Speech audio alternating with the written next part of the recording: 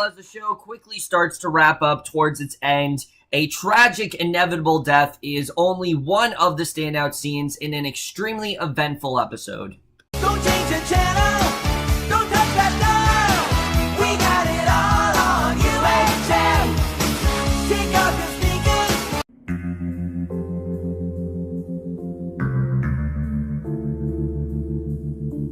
Hey guys, here for Twin Peaks The Return, part 15, and I was definitely really looking forward to this part. Obviously, as I said, it's getting harder and harder to review this show because, things are kind of out of order. Two, the show really is starting to wrap things up, and it doesn't really seem to have much of an endpoint. Like, how's the thing gonna end? I really don't have any idea. I didn't really think I had an idea of how this was gonna end. But this part easily is one of the best we've had because not only did this give us a lot of crucial information, it pretty much touched upon everything that we've been going through except for Cole. Cole, again, was the only thing we did not see in this part.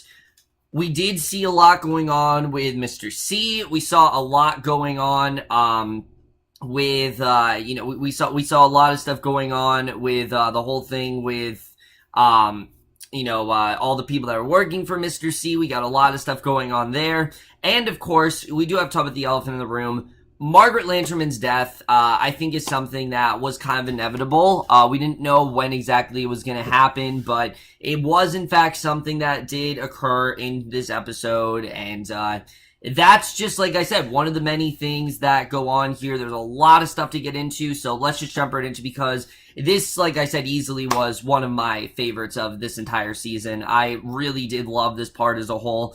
And really, it seems like a lot of the plots that we have, come to enjoy are really starting to wrap up here. And I'm really liking the direction they're going. So we start off and we see Nadine and automatically I'm like, oh no, not Nadine again. However, this Nadine, I'm okay with. She's walking along the street, she's proudly displaying her gold shovel, and she reaches Big Ed's gas farm. So obviously she had something she was gonna do with that gold shovel. Why else would she be so entranced by what Jacoby was doing? And she tells Ed that she has changed, and we're reminded that Nadine and Ed are supposed to be married. I completely forgot about this plot line, mainly because I don't really care that much for Nadine, but yeah, if you remember, Nadine and Ed are supposed to be married. Ed left her for Norma, and having come to the realization that he only stayed with her due to his guilt, and she's realizing that he really didn't like her, so she decides to basically free him. And it's kind of a funny scene because Ed really wants nothing to do with her and he's just trying to get her to go away, but at the same time you can tell he kind of feels bad for her, and basically she gives her blessing for him to pursue Norma, even though he already was kind of pursuing Norma. So he's completely shocked. He doesn't know where this is really coming from, obviously. Obviously, he didn't have any sort of feelings to Nadine. I don't think that these two have really had much of a relationship up to this point. But we know Nadine's a little bit crazy, so I guess it makes sense. But he goes to the Double R Diner to whisk away Norma, but she apologizes as this guy, Walter, joins her. And crushed, he sits down, he orders a coffee from Shelly, adding and a cyanide tablet, which a lot of people could have interpreted it as maybe he's suicidal in this scene, but I thought it was more like he's just broken, like he doesn't really know what else to do, and Norma tells Walter to take over the franchise and to leave her with the flagship diner, and as she wishes to spend more time with the family she has made through the diner, she wants to stay there, and baffled, he tells her that she has in fact made a mistake. He is very shocked that, she doesn't want to be with him. Walter is a man that seemingly, has it all, and she's just kind of turning him down, and he's obviously very surprised about that. Remember, he was going to try to make that franchising agreement in her diner, but she's just not into it at all, and I really did like the way that this did wrap up here. I thought this was definitely very interesting, because, he gave her the business advice for the flagship diner, which she really disagreed with, and you can tell she just wants to keep things the way they are. The Double R Diner, it's been running fine for, 25 years. Why change it now? So basically, she goes to Ed, he asks her to marry him, they embrace, and Norma agrees to Ed's proposal as Shelly watches with glee, and this was a really great way to start things off. I think this is kind of wrapping up Norma's plot. Norma's not really been a huge character in this show, but she is still a fan favorite, so I do think they had to give her something here, and I definitely did like what we got here. And like I said, I do think this is kind of wrapping things up for Norm and Ed. Are we going to see them get married? I doubt it, but I really did like the way this wrapped up here. I thought this was a good way to close out their arc. At least it seems like they're closing out their arc, and I definitely really did love what we got here.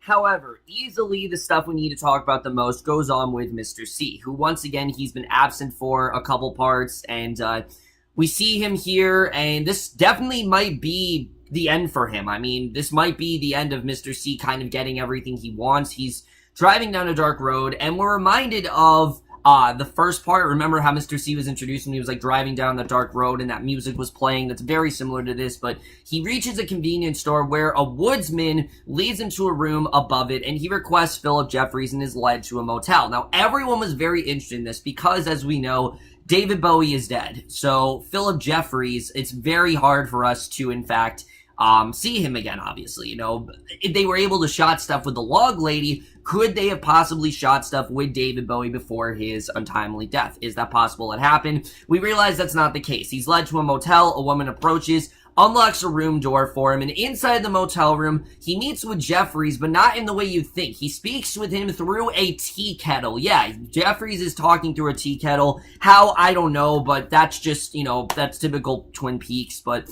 Mr. C asks about Jeffries sending Ray to kill him and confirms that Jeffries had not contacted him at the motel, and that the person who actually did had in fact sent Ray. So he reflects on Jeffries' appearance at the FBI headquarters, and he questions him about Judy. Now, Judy's a character we've heard about before. If you remember back when Cooper would have these, you know, dreams of the Black Lodge and things like that, he would ask, you know, who's Judy? Who is this Judy person? You know, that's something that I thought was very well set up here. And, you know, basically, and, you know, there was the scene where he talked to Cole and said he didn't want to talk about Judy, so we still don't know what the significance of that name is. We just know that obviously she was somehow associated with Jeffries, but we don't really know much else about her. And Jeffrey says that Cooper has already met, actually, and a phone then rings as Mr. C questioning Jeffries. He's still wondering, you know, who's Judy? Why should I care about Judy? What does this have to do with anything? You know, what's really the significance of this? And as the mechanism disappears, he answers the phone, but he's promptly teleported outside the convenience store, and he finds that the line's completely dead. Now, how this happened, I don't know. Why the line's dead, I don't really know here, but I thought that was definitely interesting that, you know, basically this line's completely dead, and obviously he's not getting the answers that he wants there. So who's Judy? Again, we don't really know, but he leaves the phone booth and he's confronted by Richard Horn. And again, we get the sense that Richard has now realized that Mr. C is in fact his father. He knows him as an FBI agent from his photo that Audrey kept, because we know that Audrey had a huge infatuation with Cooper, and Cooper quit, and this episode does confirm that Audrey is his mother, which I was really happy about, but Cooper quickly disarms him, tells him to join him in the truck, and he then sends a text reading Las Vegas before leaving with Richard, which that was really interesting. Apparently, he wants to take Richard to Las Vegas. I'm guessing because he wants Richard to go to the same place Chantel and Hutch are, but I'm not entirely sure. But the convenience store then emits electricity and smoke before it completely disappears. And again, it's just like part 10, what we got here with like these dark figures moving around and all this distortion. And again, that's been some of the most interesting stuff we've gotten out of this show. And if the show was, I've said it so many times, if this show was not on Showtime, we would not be able to get this audacious of storytelling. But I like that we are starting to head toward a natural point here. Richard's now tracked down Mr. C. I'm guessing that these two, they're going to go on a little road trip together. Maybe Richard's going to find out some things about Mr. C, and maybe we'll finally find out, is Mr. C actually his father? It seems like we're actually going to get some answers here. I'm very surprised, but because this show isn't, you know, coming back, they need to start giving us some answers, and I think we're definitely going to start getting some of those very soon. So, Sorrel Pons then walks through the woods with his dog, and we see Steven and Gersten Hayward. Steven, of course, being Becky's husband, and they hide in the shadow of a large tree, and Steven has a gun with him, and he's contemplating suicide, which, I mean, can you really blame him after everything he's done, all the abuse? You can tell it's really starting to get to him, but at the same time, when does this really take place? I don't really know. Gersten's trying to console him, and Pons then sees them. Gersten runs to a different hiding place, and Pons then reaches the trailer park. Obviously, he's freaking, he hears a gunshot, so you think, holy shit, Steven's now killed himself. Seems like Becky's troubles may be over. But Pons then reaches the trailer park and tells Carl about the situation, and they look over at Steven and Becky's trailer with the windows still broken from their last fight. So you get the sense that this probably was directly after Becky had tried to shoot him. This definitely has taken a toll on the relationship, and I'm thinking Carl's gonna try to do something here. I mean, Carl's a character that we've seen throughout this series has really tried to help many different characters, and he always kind of seems to be the hero in the situation. He saved Shelly from near death. He, was crushed about that baby that died and tried to console that woman. I think he's definitely going to do something about Steven and Becky. At least that's where it seems like. It seems like a logical point to take it. Again, the show is not really one for logic, but I do think that is where this is going. I think Carl's going to try to maybe help out Steven and Becky. After everything they've been through, I think it might be the best thing to do, and I think definitely we're going to start to see some natural progression here. It's sad to see what happened with Steven, but I'm interested in seeing really what's going to happen here. So, at the Roadhouse, the crowd is dancing a sharp-dressed man as James and Freddie approach Renee's table, and Chuck, her husband, attacks him. Freddie comes to his aid with his gloved fist, knocking Chuck and his friend out. And Freddie, I mean, he's like the Iron Fist now, basically. I mean, he's more of the immortal Iron Fist than Iron Fist really was. But James urges the crowd to contact 911 for the man that Freddie then incapacitated. So again, where is this heading? I have no idea. I don't really know what this is really all about. All we know is that we saw that scene between James and Freddie last week. We don't really know what the significance of it really is. Obviously, we know that there was, this plane ticket that had already been purchased, and, when he was working as security guard at the Great Northern Hotel, and they visited the Roadhouse one evening, so we don't really know what's really going on there, but, we do know that they're going to be, we'll get a little bit more into them in a little bit because we do actually get some crucial information with them a little bit later on. But I think it's interesting how small of a role James has really played up to this point. Now it seems, though, that they actually are starting to become a little bit major into the series. It seems like that's kind of the case for many of these characters. These characters that have kind of been background, that were original characters, are starting to get a lot more to do, and James is definitely a good example of that. I think we're definitely going to start to see a little bit more going on here, but Wilson then brings Headley to a Douglas and Jane Jones and their family that have been brought in for questioning. However, these are not the correct Jonases, as they actually do have multiple children. Remember, they're trying to find the Joneses. They're this, this family that obviously they can't really trust. So, basically, this is not the right Jones. Obviously, they do have multiple children. So, of course, they're looking for Dougie and Janie E, but this obviously isn't the right person. So I'm getting the sense that they are eventually going to track them down, or maybe they won't. I mean, a big part of Twin Peaks has been, just like dead end cases. That's been a lot of what the show has been. And I think, I don't know if we're really going to get an answer here. We'll have to see. It's one of those things where maybe we'll get something, maybe we won't, but we'll really have to see the way this does wrap up here. So we then see Todd. He tells Roger to find Anthony Sinclair just before they are both assassinated by Chantal. Just right off the bat, they're just taken out. So again, it does seem like Chantal and Hutch, they did in fact pull off the thing that, Mr. C wanted to do, which I was really surprised. I didn't think that, that was actually going to work out, but we know Sinclair's already dead, and now Todd and Roger have been taken out. So they really are cleaning house here, as you can tell. But at the Twin Peaks Sheriff's Department, Hawk and Bobby then lock up James and Freddie for what they actually did, and James then takes notice of Nato. He sees, obviously, Nato is that eyeless woman. He knows that she's in the prison, and basically, they place Nato in that empty cell. So again, there's some significance that Nato definitely does have, and it really does seem like Nato may be the key to a lot of this, and she may be the end of all this. I don't know, but it does seem like everyone seems to be coming across Nato. There definitely is something about her. I don't think it's just, coincidental. I think definitely there's something going on with her, but we'll have to get into it. We then get the scene of Chantal and Hutch. They're just eating in their van, talking about things, and it's really comedic.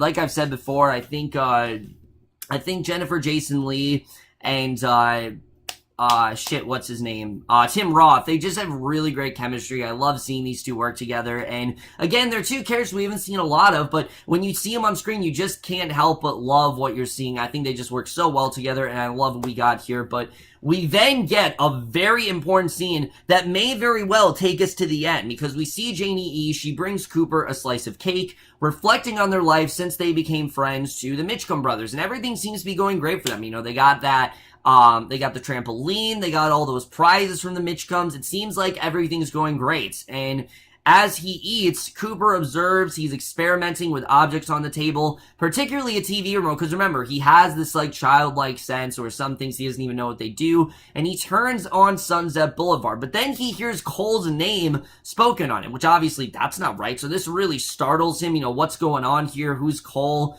And it's clear that he is kind of starting to be brought out of this trance, possibly. But even bigger is what happens next. He looks over at an electrical outlet, he crawls towards it, sticks a fork inside, causing a blackout, and that's really all we get with Cooper this week. But I'm gonna be honest with you guys, I think this is it. I think we've been waiting patiently for, you know, Cooper, for Dougie to go back to Cooper. I think it's about to happen. I really do. I mean, think about it. How did Cooper get here? Through an electrical outlet. That's how he came back, and I think that's how he's gonna go back to the Black Lodge as well. I think he's gonna finally start to have that Cooper persona back. I think this is finally wrapping up, and it seems like a logical point to stop. We've gotten all we can out of the Janie E. and Dougie plot. You know, their life is great. They've gotten all the prizes they can from the Mitchum brothers. I think it's now the right time to wrap this up. I think it honestly may be the best time for them to put this to rest. I really have loved what we've gotten with this plot as a whole, but it really does seem like a logical point in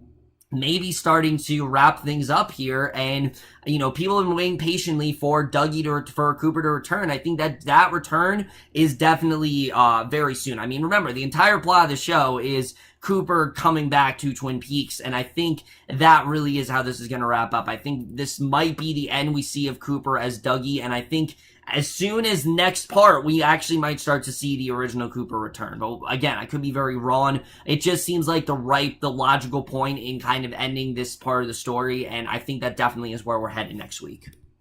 So then we get to, like I said, the really sad stuff, which, again, this really was inevitable with Margaret Lanterman, but I thought this was the best way to close it. She calls Hawk and tells him straight up that she's dying, and he expresses his condolences, but she speaks to him about death and tells him to remember everything that she has told him and to watch for the one. Again, you know, reinforcing the idea that Laura is the one, and that her log, is always, you know, telling her things, and this is stuff that he needs to remember. And Hawk has been a big part of this part of the show. He really has. You know, he's been getting all this information. He doesn't exactly know how it all connects, but he quietly says goodbye as she hangs up, and it's a really sad scene. Frank then sits in the conference room. They're joined by Bobby, Lucy, Andy, and Hawk. They've all assembled them to mourn Margaret, who has actually passed away, and the light inside her cabin then goes out as it seems that Margaret has now been put to rest, which, again, this was something I think we all knew was coming. I mean, ever since, you know, we heard that the log lady had passed, I didn't even think she was going to be in the show, but in fact she was, and they did a really great job of closing things out here. You know, Margaret did all she could. She gave Hawk all the answers, and I thought they really did this perfectly. They had a hard task here because, of course, they did lose an actress, and they, you know, you have to handle that as delicately as possible, but I think they honestly did a really great job with that, and I don't think they could have handled this better than they did. I was very impressed with the way that they closed out Margaret's arc here. I thought it was perfect. But Audrey and Charlie are preparing to leave for the Roadhouse, though Audrey starts to delay them. She comments that Charlie now seems like a different person to her, and she doesn't really recognize him, so he takes off his coat. Audrey just attacks him, and again, you get the sense that this might not actually be Audrey, that Audrey may actually be in the coma and someone else is possessing Audrey. We don't know what that's all about, but I think, again, it's an after effect of her possibly having sex with Mr. C. I think this very well could be an after effect of that, but we get to the ending here at the Roadhouse. The Vales are performing a song. Two men remove this girl, Ruby, from her booth. They're like these two heavy-set guys, basically, and, you know, she said that she was waiting for someone. Now, I got the sense that, once again, this is someone who has some sort of a connection to the characters that Audrey are looking for, but they wordlessly lifted her out of her seat and onto the floor. She slowly began crawling into the nearby crowd of people, growing distraught, and as the band finished playing, she began screaming uncontrollably. Now, why this is, we don't know, but that is the way that this comes to an end. Really great stuff overall, but let's just get into this and where it's going to take us into the last 3 episodes of the show overall. Like I said, guys, a lot of stuff to really get into here. The show really is starting to wrap things up quickly, and it really does seem like we are approaching the end of the story. Like I said, while a lot of things in this show are very scattered, and it doesn't really seem like there is much of a, an end point, it seems like we're getting to it, and there's a lot of things here I definitely want to talk about. First of all, let's talk about this whole thing going on with Cooper, because like I said, I think this may be the end. I really do. I mean, I've loved Naomi Watts on the show. I think she's done an incredible job, but I think this is really all we've gotten out of the story. And are Wilson and Headley ever going to find the real Dougie and Jane Jones? I don't know. I don't know if that's actually going to happen, but I do think this may be the end of Cooper in this childlike persona. And don't get me wrong, Kyle McLachlan's done an incredible job. Has this plot gone on a little too long? Maybe. Maybe it has. Maybe it has gone on a little too long, but Kyle McLachlan has absolutely been killing it in this role, and I do think that this is the end. I really do feel like we're gonna get back to that regular Cooper as soon as maybe the next part. I really can see that happening, especially the way this all turned out with him hearing Cole's name and him then looking at the electrical outlet. It just seems like this is the logical point to finally get Cooper back. You know, that's something that everyone's wanted, and I think we're definitely going to get that. And I think what's going to happen is next week we're going to see him transform back, and then the finale, it'll just be Cooper. He'll be coming in with guns blazing, ready to take down Mr. C, and I think that's going to be awesome to watch. I think that's very well where this is headed, and that's definitely going to be really interesting. And everything really is, like I said, connecting at this point. Audrey and Charlie. Audrey very well might not be Audrey. She could be inhabited by Bob. Maybe she's just possessed by some other sort of creature. Because remember, when you let these creatures are directed by the humans, by them letting hate in and letting this evil into them, and I think that's kind of what's going on with Audrey. I think very well Audrey is inhabited by something, and I think again it is an after effect of her and Mr. C having sex. And speaking of Mr. C, I think this episode does in fact confirm that he is Richard's father. I mean, I think it basically does confirm that, and I think, like I said, the rest of this may be them going on this road trip and Richard uncovering more about Mr. C, kind of realizing his connection that he has to his family. I think we're going to get more into that, and I'm definitely interested in seeing really what that's all about, because obviously he needs to get to Las Vegas. Now, we know why that is. He needs to check on Chantal and Hutch, make sure that they perform the task, which it does seem like they have. So the question is, where is Mr. C really headed next? What's his next, course of action? We'll have to see what that really is about, but I think definitely we're going to start to see more of Richard and Mr. C interacting. I think that definitely is going to happen, but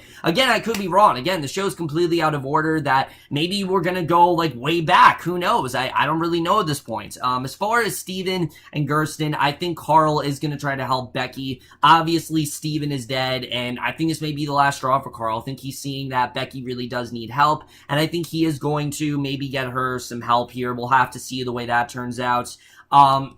Nato's a character that I think we all really do need to keep an eye on, because we've seen her now in 2 episodes. We saw her in part 3. I think she really is a logical endpoint. I really do feel like she is. I think there's a big part of NATO that definitely does connect Cooper back. I think, we're not just seeing her just, for that. Nothing is unintentional on the show. I've said this many times before, and I do think that James, there's a big reason why he is seeing NATO, and definitely we're going to find out what that is soon. I don't know what that's really about, but I'm sure we're going to get into that very soon. And then as far as Judy, who is Judy? How does she connect to all this? Obviously, we know she's associated with Jeffries, but how this connects to things, I don't really know. Maybe it doesn't at all, but we'll have to see. And then the beginning scene with Nadine and Ed, like I said, I think it was just kind of wrapping things up there. I think they wrapped up Ed and Norma's plot. I think this is kind of the end of what we're going to get there. I don't know. I could be wrong, but I do think we're going to get maybe a little bit more with them, but I think their overall plot line may be wrapped up, as well as Margaret Lantrim. I thought they did did a really good job of ending things with her. I thought it honestly was the perfect end, especially with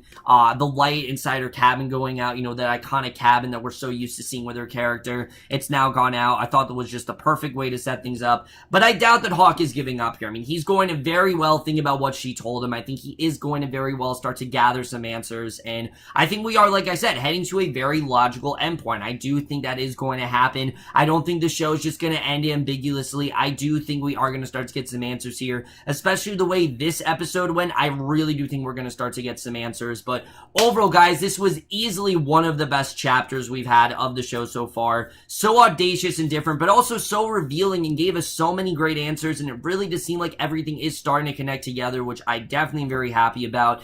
I really enjoyed this part as a whole, and I am going to give Twin Peaks The Return Part 15 an A.